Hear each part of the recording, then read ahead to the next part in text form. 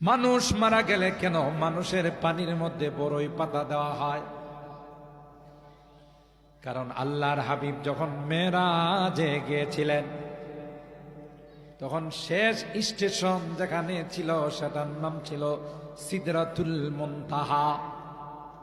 সিদরাতুল মানে হলো বড়ই গাছ।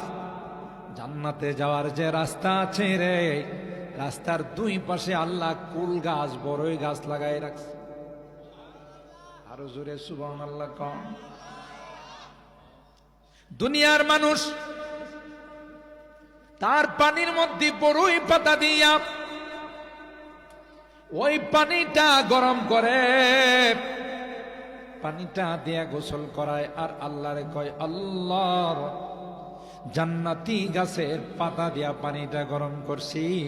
আমার ভাই, আমার চাচা, আমার মামা, আমার বোন, আমার মা, আমার দাদি, আমার নানিকে আল্লাহ তুমিও জান্নাতের মেহমান বানাই দিও। ঠিক না বেটি? সবাই মিলে আমাকে আতর গোলাপ দিয়া সাজাবে রে, সুন্দর করে কাপড় চোপড় পড়াইয়া একজনের কাঁধের থেকে আরেকজনের কাঁধে পালাক্রমে সবাই জঙ্গলের দিকে নিয়ে রওনা দিবি। কেউ আমাকে বাঁচাইতে পারবে না। আজকে যারা মাহফিলে আসছেন, যারা মসজিদকে ভালোবাসেন, যারা আল্লাহর ঘরকে ভালোবাসেন, কোরআনকে ভালোবাসেন, ইসলামকে যারা ভালোবাসেন,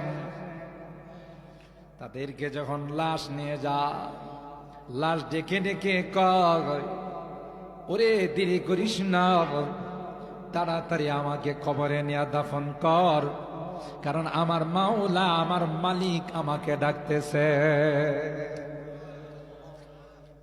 কাদ্দিমুনি কাদ্দিমুনি কাদ্দিমুনি, আমাকে দেরি করো না, আমার সহ্য হয় না, কত তাড়াতাড়ি আমার মালিকের কাছে আমি যাব। সুবহানাল্লাহ বলেন। আশিকা দায়েম লিকায়ে দোস্ত মে দারান্দে দোস্ত, আশিকা দায়েম লিকায়ে দোস্ত মে দারান্দে দোস্ত, দরগম রাহতের যায় দোস্ত মে দারান্দে দোস্ত। সুবহানাল্লাহ। কোরআনে কারীমে আল্লাহ তাআলা বলেন, মসজিদের সাথে যারা সম্পর্ক রাখে এরা 5 কোয়ালিটির লোক, 5 বৈশিষ্ট্যের লোক, 5টা গুণ তাদের মধ্যে আছে। সুবহানাল্লাহ। কে বলছেন এই কথা? আল্লাহ। মান আমানা